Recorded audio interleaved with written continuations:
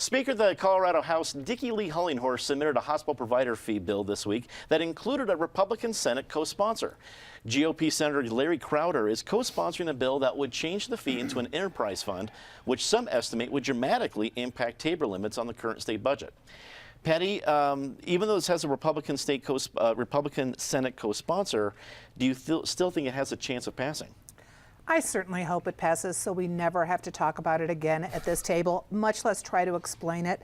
I was the MC for one of the Building a Better Colorado events where you're trying to explain to people who weren't even born when the Taxpayer Bill of Rights was passed, much less followed Douglas Bruce's career progression into jail, where he is again right now. And it is almost impossible to explain it. And there are so many different arcane parts of the Colorado Constitution that also needs explanation. So basically what happens, with TABOR, you are only allowed to fill your coffee cup of the state budget so high.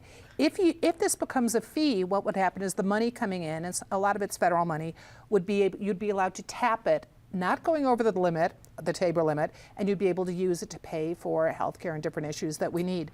So if this passes, and I hope it does, we still have other things to worry about in our Constitution. We just sent the $27 billion budget. There weren't as many cuts as we thought there would have to be, but that's because the economy is not as good as we thought it was, despite all the money coming in from pot and snack foods. So I would say it's time to pass the hospital provider fee.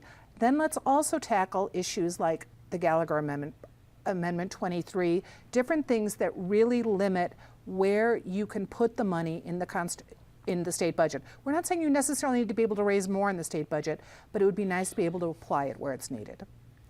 And David, even though Senator Crowder made the headlines of being the Republican co-sponsoring this bill, do you think Senate President Bill Cadman is even going to let this get to the floor?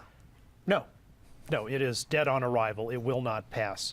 But of course, for the people who agree with Patty, that's not the final thing. The point of the Taxpayers' Bill of Rights, it's just a consent law. We can take take as much money as you want from the taxpayers, spend as much money as you want, just obtain affirmative consent first. And this so-called hospital provider fee enterprise thing is a transparent and preposterous attempt to evade the Taxpayer Bill of Rights requirement for affirmative consent by calling it.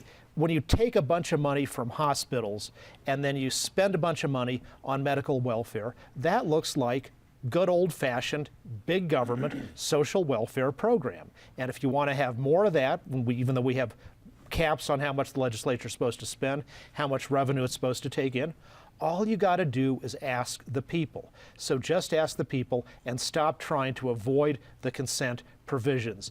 You don't get a yes until the taxpayers say yes. Ben, if this bill does fail and doesn't get through the Senate, does its failure become somewhat of a martyr rallying cry for the anti-TABOR forces for a ballot issue this fall? It may. There have been so many efforts to repeal TABOR statewide. There have certainly been much more successful efforts at the local level. I think that it's becoming increasingly easy to attack TABOR, and I think the author of TABOR has made it so. Anytime you can point to a twice convicted felon as the person who originated this sort of thinking, I think it helps to suggest that the idea is bad. Certainly there's a lot of great arguments to be made for this bill. The state, I don't think anybody questions whether the state is sort of under constraint financially, and anything that the legislature or that the people of Colorado can do to ease the burden and pay for schools, pay for roads, pay for the infrastructure that we need, I think will be received positively. Alex, I'm no expert when it comes to state budget accounting, so I couldn't explain nowhere near as well as Patty explains the cup and the spigot and everything else that goes to the hospital provider fee. But when it comes to everyday Colorado citizens, do you think they want to see a little bit more of a refund, or do they want to see more things covered and paid for by the state legislature, as Ben was describing?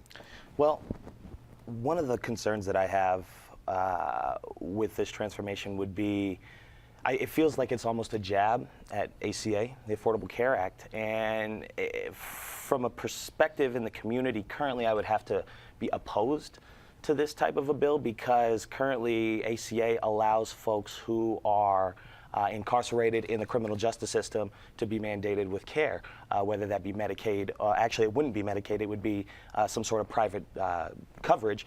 However, that is huge, and that is a game changer for us as community members.